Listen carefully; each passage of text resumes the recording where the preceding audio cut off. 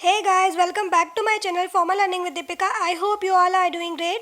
So without wasting your time, let's continue the chapter size separation, in which today we will discuss about the cyclone separator, the another size separation method. In my previous video lectures, I have covered the mechanical sieving method and the weight sieving method. The link of my previous videos is in the description box, or you can click on the I button also. Cyclone separator is also called as the simply cyclone. It is a separation device. ये basically कैसा होता है, एक cylindrical vessel होता है जिसमें कि conical base होता है। तो जिस भी सस्पेंशन को आपको सेपरेट करना होता है, उस सस्पेंशन को आप इनलेट के थ्रू फ्लो करवाते हो और सेंट्रीफ्यूगल फोर्स के थ्रू सॉलिड का सेपरेशन होता है। तो जो सेंट्रीफ्यूगल फोर्स है उसके थ्रू जो भी पार्टिकल्स रहेंगे वो वॉल पे स्ट्राइक होंगे और स्ट्राइक होके फिर डाउनवर्ड फॉल करेंगे और फॉल करने के बाद में सॉलिड को डिस्चार्ज कर लिया जाता है। तो जो सस्पेंशन होता है वो आप इंट्रोड्यूस करोगे तो टेंजेंशली हाई वेलोसिटी पे मूव करता है। तो मूव करने के कारण क्या होता है कि वो वॉल से टकराते हैं, टकरा के पार्टिकल्स वापस नीचे गिरते हैं और नीचे गिर के उनको डिस्चार्ज से सेपरेट कर लिया जाता है। और सेपरेट करने के बाद में जो बचा हुआ जो फ्लूइड रहता है, जो कि क्लीन फ्लूइड रहता है, उसको ऊपर से क्लीन कर लिया जाता है।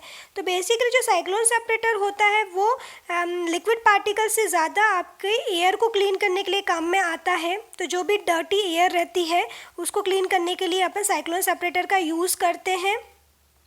तो जो साइक्लोन सेपरेटर्स होते हैं वो डिफरेंट साइज़ के होते हैं, सेवरल साइज़ के। वो डिपेंड करता है कि आपको कितने एयर को क्लीन करना है। तो रिलेटिवली जो स्मॉल साइक्लोन सेपरेटर होते हैं वो 1.2 टू 1.5 मीटर टॉल होते हैं और देखा जाए तो 4 से 5 फीट के रहते हैं और अराउंड 9 मीटर्स 30 फीट्स के रहते हैं, which is about eight tall as a 3 storey building के बराबर होते हैं ये।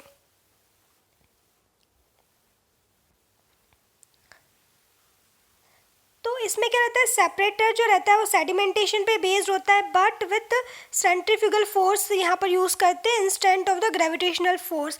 Hence, depending on the fluid velocity, the cyclone can be used to separate all the particles or to remove only coarse particle and allow fine particles and to be carried through with the fluids. So cyclone can be used with liquid suspension of the solid, but the most common application is it is used with the suspension of solid gases, solid in the gases, usually in the air के लिए use होता है। That's all for today. I will meet you with the another method of sieving in my next video.